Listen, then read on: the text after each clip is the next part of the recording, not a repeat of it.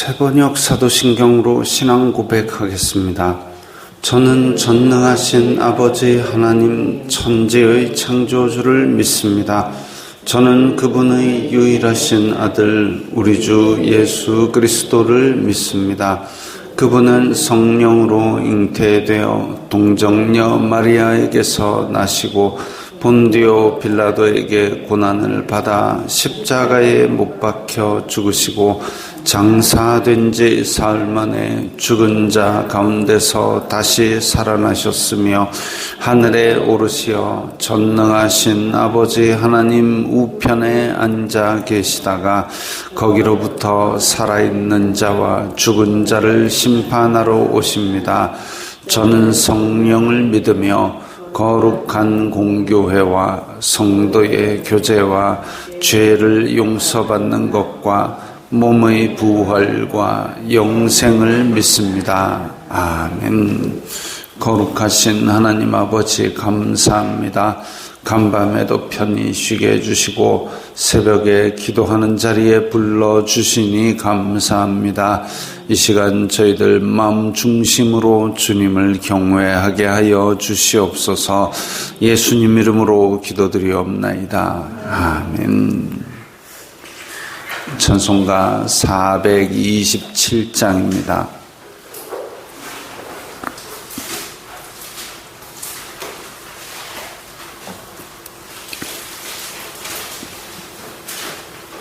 찬송가 427장입니다.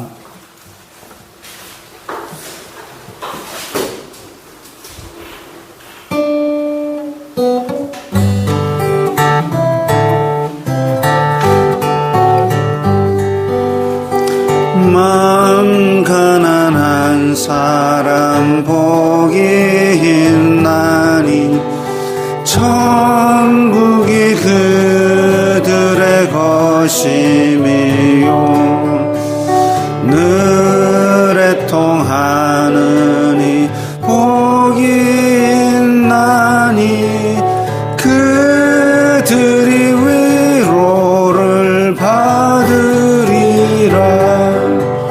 온유한 사람은 복이 있나니 그 땅이 기업이 될 것이요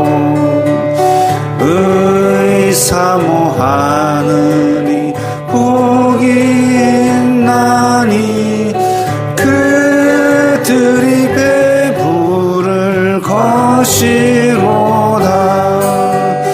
긍휼히 여기면 복이 있나니 긍휼히 여김을 받으리라. 마음 청결한 사람 복이 있나니 그들이 하나님 볼 것이라.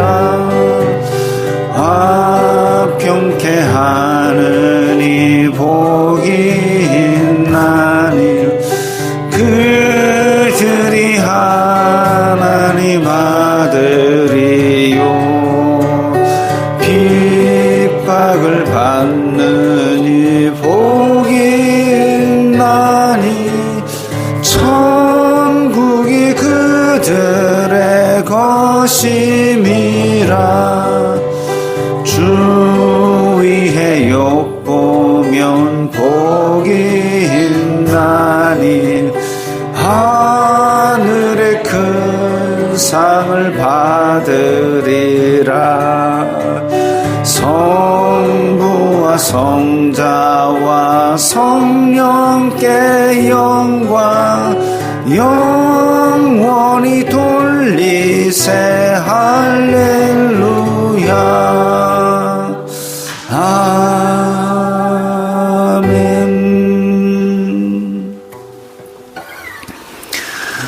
오늘 말씀은 신명기 24장 10절부터 16절까지의 말씀입니다.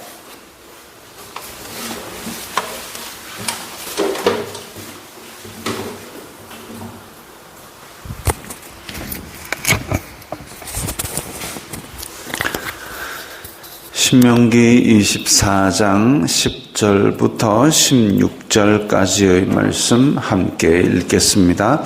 내 이웃에게 무엇을 구워줄 때에 너는 그의 집에 들어가서 전당물을 취하지 말고 너는 밖에 서 있고 내게 꾸는 자가 전당물을 밖으로 가지고 나와서 내게 줄 것이며 그가 가난한 자이면 너는 그의 전당물을 가지고 자지 말고 해질 때에 그 전당물을 반드시 그에게 돌려줄 것이라. 그리하면 그가 그 옷을 입고 자며 너를 위하여 축복하리니 그 일이 내 하나님 여호와 앞에서 내 공의로움이 되리라. 곤궁하고 비난한 품꾼은 너희 형제든지 내 땅 성문 안에 우거하는 객이든지 그를 학대하지 말며 그 품삯을 당일에 주고 해진 후까지 미루지 말라. 이는 그가 가난함으로 그 품삯을 간절히 바람이라. 그가 너를 여호와께 호소하지 않게 하라. 그렇지 않으면 그것이 내게 죄가 될 것임이라. 아버지는 그 자식들로 말미암아 죽임을 당하지 않을 것이요 자식들은 그 아버지로 말미암아 죽임을 당하지 않을 것이니 각 사람은 자기 죄로 말미암아 죽임을 당할 것이니라. 아멘. 오늘 말씀에서는 핵심적인 부분이 두 가지가 나옵니다. 하나는 13절 끝에 있는 여호와 앞에서 내 공의로움이 되리라. 그 다음에 15절 끝에는 여호와께 호소하지 않게 하라. 그렇지 않으면 그것이 내게 죄가 될 것입니다. 지금 빚을 지고 전당물을 취하고 이런 것들에 눈이 팔리면 안 됩니다. 그런 것들이 우리 일상 속에서 다양하게 일어나지만 우리는 생각할 게 뭐냐면 여호와 앞에서 공의로움이 되느냐 아니면 여호와 앞에서 죄가 될 것이냐. 항상 여호와 앞에서 행한다라는 마음을 가지고 내가 할 일을 하는 겁니다. 그래서 이 전당물 그리고 무슨 품꾼 이 얘기만 딱 지켰다고 나는 끝 이게 아니라 이런 다양한 상황들 여기에 기록되지 않은 더 많은 다양한 상황들이 있다 할지라도 나는 하나님 앞에서 내가 해야 될 일을 하고 있는가 그것 생각해야 되는 거죠. 그래서 이 상황에서 여호와 앞에서 내 공의로움이 될 것인가 아니면 여호와 앞에서 죄가 될 것인가 그걸 생각하고 판단하는 대표적인 사례들을 보여준 겁니다. 이것만 딱 지키면 의무를 다했으니까 끝이다 이게 아니라 여호와 앞에서 공의로움을 행하면 그게 내 할 일이고 그걸 행하지 않으면 죄가 된다. 그걸 기억해야 된다는 거죠. 이웃에게 무엇을 구워줄 때에 구워주고 나서 전당물을 취하는 걸로 나와 있는데 대신 담보 잡히는 겁니다. 근데 너는 밖에 서 있고 꾸는 자가 갖고 나와서 내게 주라 그랬습니다. 그러니까 너 나한테 빚졌지? 담보 잡아간다 하고 그 집에 들어가서 들어가는 순간 담보물의 가치를 가질 만한 뭔가를 내 손으로 택하고 뺏어오게 되면 이게 지금 참 사람이 할 일이 아니죠, 이건. 근데 11절에 보면 너는 밖에 서 있으라 그랬습니다. 밖에 서 있으라.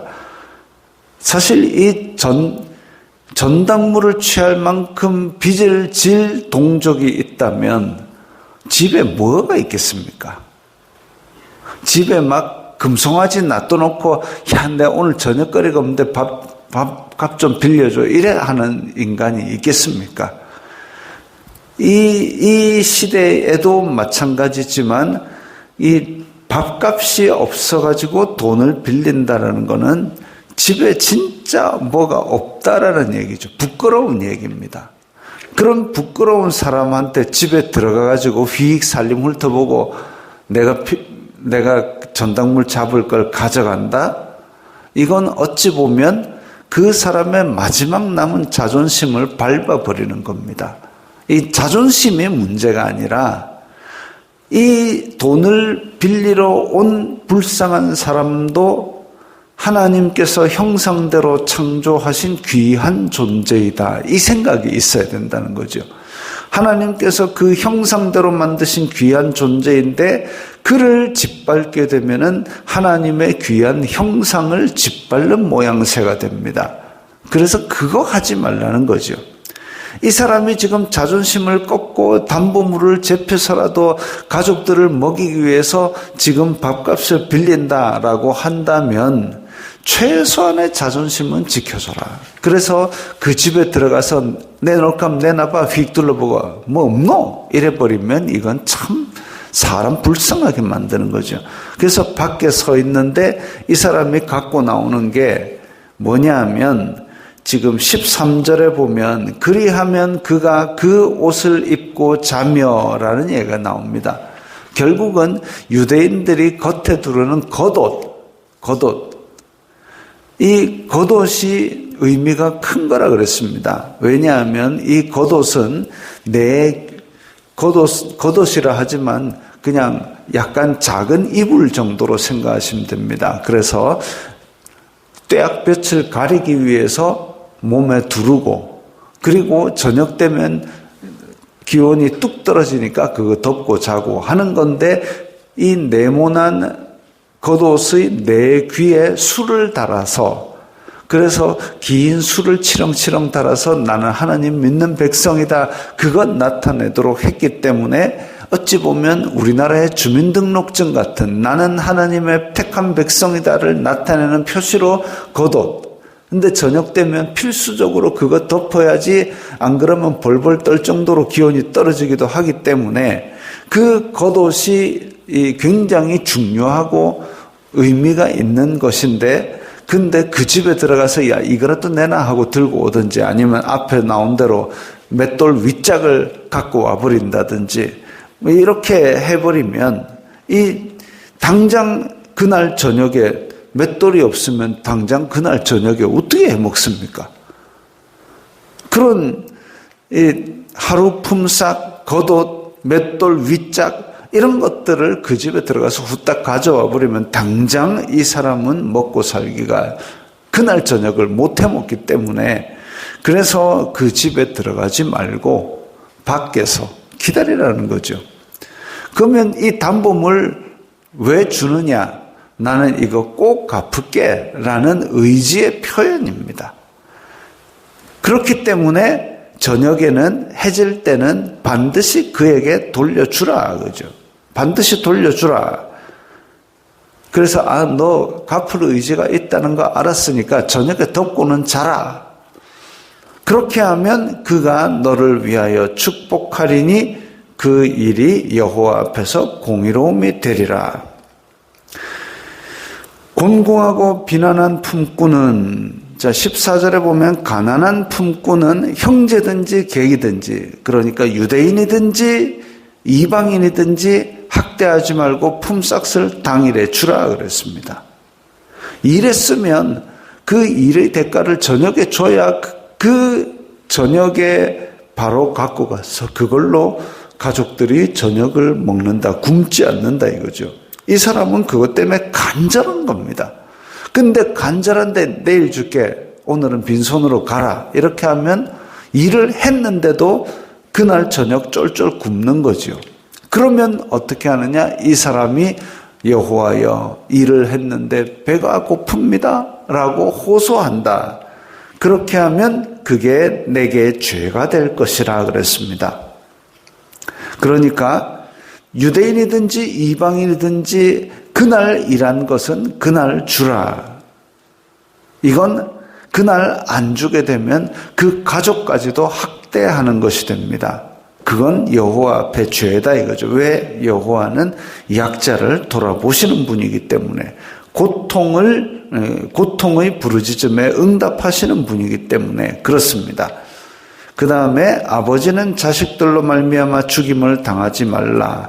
우리나라에도 그런 게 있었지 않습니까? 역적 죄를 저지르면 삼족을 멸한다. 그래가지고 일가 친척들까지 다 이 멸문지화를 당했습니다.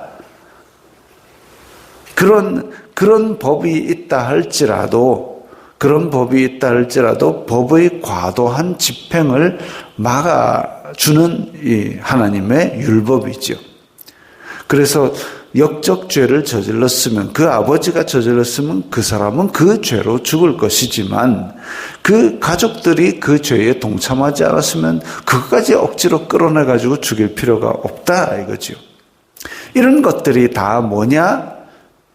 여호와 앞에서 공의로움을 행할 것인지 죄를 행할 것인지, 그 약한 사람에 대한 태도를 통해서 하나님 경외하는 나의 해야 될 일, 그걸 하나님 앞에서 행함으로써 공의롭게 살라 이거죠. 단지 이 규정들만 지키라는 게 아니라. 그래서 하나님의 형상대로 지음받은 이 기본적인 인권을 존중하는 것 좋은 일이죠. 근데 이제 제 마음속에 갈등이 생깁니다. 뭐냐면 요즘 그 뉴스 같은 데 보면 막 흉악범들 얼굴 모자이크로 다 가려줍니다. 경찰들은 얼굴 다 내놓는데 흉악범들은 얼굴을 모자이크로 가려줍니다. 왜 그러냐 했더니 인터넷이 발달하니까 그 얼굴을 쫙 보여주면 이제 사람들이 그 얼굴을 보고 신상을 다 털어가지고 가족들한테도 손가락질하고 괴롭히고 막 그렇게 한다 이거죠. 2차 가해가 주어지기 때문에 인권을 보호하기 위해서 범죄자 얼굴을 다 가려준답니다. 그러니까 뉴스 보도할 때도 다른 거, 예전에는 신문에 사진이 딱 하고 그 밑에 이름을 한자로 딱 나이도 괄호 열고 딱 해가지고 누가 누군지 홍길동이 32세 기장군 어느 몇 번지 사는까지 다 나와버립니다. 신문에, 전국구 신문에. 흉악범은 그렇게 확 찍어줬더니 그게 결국은 2차 가해로 이어지기 때문에 그래서 다 가려주고, 그래서 기장에 사는 A 모 C가 남잔지 여잔지도 표시 안 나게 그래가지고 해놓으니까, 그러다 보니까 범죄에 악용하는 사례가 생겨나고 있습니다. 일본 같은 경우는 처벌을 받으면서 야 이건 너무하지 않느냐라고 얘기를 해버리면 너한테 당한 피해자는 더 큰 고통 속에서 살고 있다 하고 뭐렇게 해봅니다. 그리고 미국 같으면은 잘못하면 총 맞죠. 이 범죄자들이 어찌 보면 발 뻗는 일들이 너무 일상적으로 일어나게 하는 게 과연 이게 인권의 존중인가 아니면 범죄자를 옹호해 주는 건가? 인권을 너무 과도하게 챙기느라 피해자의 인권보다 범죄자의 인권을 더 챙기는 게 아닌가라는 게 제 마음속의 갈등입니다. 북유럽의 핀란드, 노르웨이 이 동네가 복지로 유명한 나라인데 그 나라 중에서 이제 난민들을 오는 대로 다 받아준 나라가 있습니다. 그렇다 보니까 나중에는 어떤 일이 생기느냐 하면 그 사람들이 난민이랍시고 배 타고 한 200명, 300명씩 확 들어와 가지고는 자기네 나라, 그러니까 이 들어온 나라 말을 배우려 하지 않고 자기 나라 말을 쓰는 자기네들의 지역을 만들어 가지고 언어와 문화를 소통하지 않고 자기네들의 왕국을 그 안에서 만들어 가지고 때로는 그 본 나라 시민들을 해치기까지 하는 그런 아예 범죄 소굴이 되고 경찰들도 어찌 손댈 수가 없는, 왜냐하면 말이 안 통하지. 그 지역에 들어가려고 하면 경찰도 때려 패부지 하니까 이 골치 아픈 그런 지경까지 간 곳이 있습니다. 이게 지금 북유럽의 복지국가라고 들었는데 길 갈 때 이제 몸조심해야 되는 그런 나라로 바뀌어버렸다.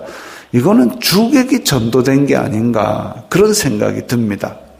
또 요즘 이제 PC주의라 해가지고 정치적 올바름 그런 얘기가 있는데 그게 뭐냐면 미국에서 텔레비전 프로그램을 만듭니다. 유아교육 프로그램을 만들어가지고 막 나와가지고 막 설명을 합니다.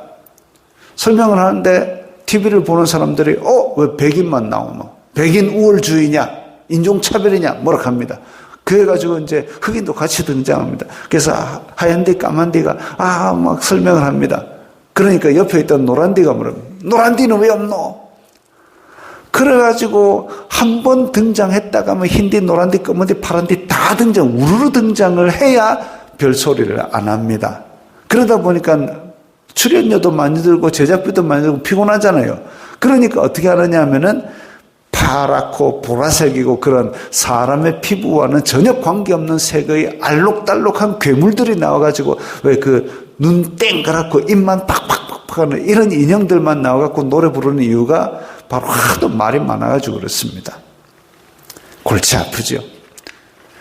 그러다 보니까 뭘 만들 수가 없어요. 뭐 만들었다 하면 이래서 불편 저래서 불편 막 그래가지고 뭘 만들 수가 없습니다. 뭐만 하면 징징거리는 사회가 돼서는 곤란하지 않는가.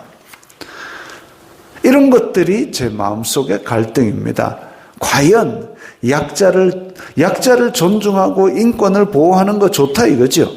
그러나 피해자의 인권이 침해받는데 범죄자의 인권을 챙겨준다? 혹은 뭐만 하면은 징징거리고 이게 나라냐 해내라 하고 이런 거는 좀 그렇지 않은가. 요즘 우리나라에서도 뭐 상대적 박탈감, 뭐 수학 경시대회 상 그거 공개적으로 주면 우리 애는 못 받아서 상대적 박탈감 느끼니까 그 공개적으로 주지 마세요 해가지고 몰래 챙겨준답니다. 상을. 상대적 박탈감 참 무서운 거예요. 내 아이가 못하면 딴 애들도 다 못해야 되는 게 그게 당당히 요구할 일인가 그런 생각도 듭니다. 그래서 지금 나한테 재물과 권력이 있다고 약자의 인권을 무시하는 일은 있어서는 안 되지만 하나님 앞에서 내가 해야 될 일을 함으로써 내가 죄를 짓지 아니하고 공의를 행한다는 건 좋지만 그러나 피해자의 인권도 무시해가면서 계속 이 나라에 징징거리는 이까지 가는 거는 과하지 않은가. 그런 갈등이 제 마음속에 있습니다. 그래서 가난한 자, 연약한 자 존중하는 것 좋지만 아까 우리 아버지의 죄로 인해서 자식이 죽지 말 것, 과도한 법의 집행을 막는다라는 것이 있었던 것처럼 이제 이거 인권을 보호한다는 빌미 아래 범죄자의 인권을 과도하게 보호하고 약자를 너무 과하게 챙기느라 상대적 박탈감 다 챙기고 틀렸을 때 짝 긋지 말아요. 우리의 마음에 상처가 짬 난다고. 그런 것도 하지 말라. 이거는 과도한 이 인권 챙기는 것이 아닌가라는 갈등이 생깁니다. 물론 존중해야죠. 똑같은 사람이라도 약자가 더 크게 상처받는 거 있습니다. 배려해야죠. 그건 우리가 하나님 앞에서 우리 해야 될 일을 지키는 것이고 그게 공의입니다만은 그것 때문에 일상적인 생활을 과도하게 통제를 해야 되는 그런 징징거림이 되어서는 곤란하다. 그런 생각들을 합니다. 그래서 이런 상황들이 있을 때 그냥 아무 생각 없이 하는 게 아니라 그 상황마다 이게 하나님 앞에서 내가 해야 될 공의가 무엇인가 그걸 계속 갈등하면서 살아가는 것이 성도의 마음의 거룩한 갈등인 줄로 압니다. 이런 생각들로 항상 하나님의 앞에서 하나님께 영광된 일이 무엇인가, 예수님이라면 어떻게 할 것인가, 그런 고민들을 하는 우리들이 되어야 되겠습니다. 주기도문하겠습니다. 하늘에 계신 우리 아버지, 아버지의 이름을 거룩하게 하시며 아버지의 나라가 오게 하시며 아버지의 뜻이 하늘에서와 같이 땅에서도 이루어지게 하소서. 오늘 우리에게 일용할 양식을 주시고 우리가 우리에게 잘못한 사람을 용서하여 준 것 같이 우리 죄를 용서하여 주시고 우리를 시험에 빠지지 않게 하시고 악에서 구하소서. 나라와 권능과 영광이 영원히 아버지의 것입니다. 아멘.